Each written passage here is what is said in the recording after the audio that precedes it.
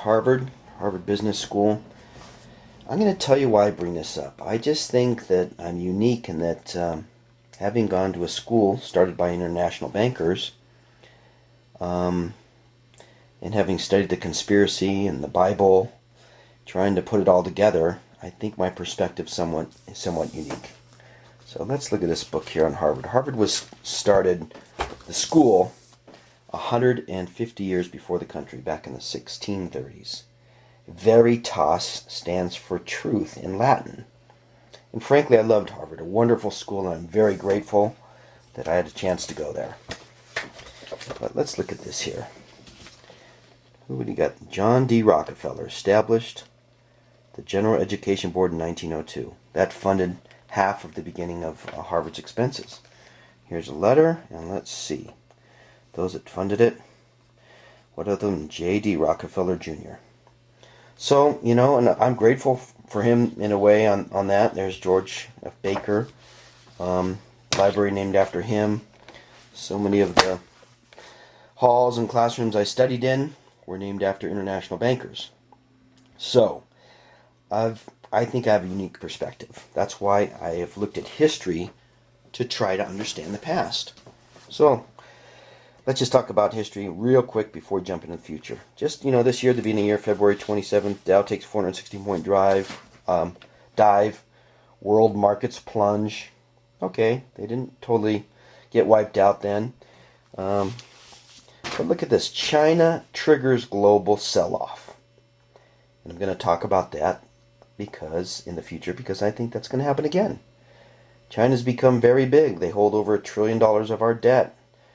Huge trade deficits with them, which means they sell a lot more things to the United States than we sell to them. So they're holding a lot of dollars. This was 1987, after the fall. How to protect your money. I was at Harvard Business School then, and it was very interesting because we had a famous historian who was CFR come and talk to us. And I will never forget this. I will never ever forget asking the question to this eminent scholar. I said, is it possible that there were some wealthy people that knew about this before the collapse? And he became angry at me and said, what, do you think the devil controls things? I'll never forget it. And, all 500,000 students looked back at me. And I thought, holy crap, you can't bring up something controversial. You just get plastered. So I ended up keeping my mouth shut because I wanted to graduate. I wanted to learn right there at Harvard. So I wasn't quite as vocal about the conspiracy after that. With my friends, yes, but not in public. Anyway, that crash was substantial. And I remember in my finance class, we talked to my finance professor, David Mearshwam, said, he had a question, well, what did they do? And I said, well, the Fed liquefied the system. And he and I were the only ones that knew that it could have all collapsed right then. All my friends, no, it's okay, everything's fine.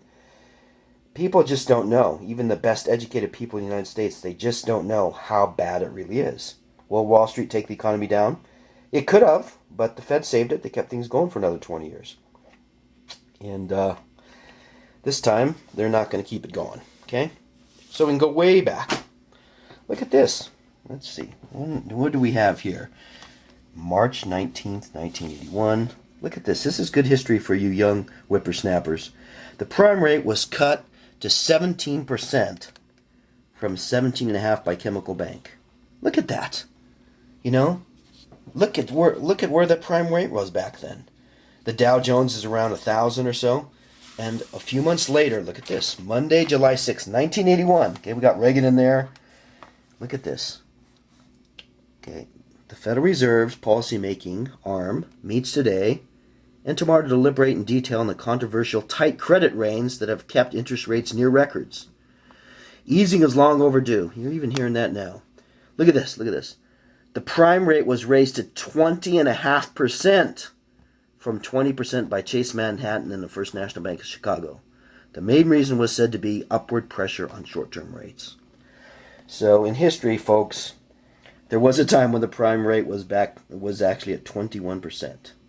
And so What's held things together, like I've said before, is these low interest rates. So we are going to talk about the future and where things are going to happen.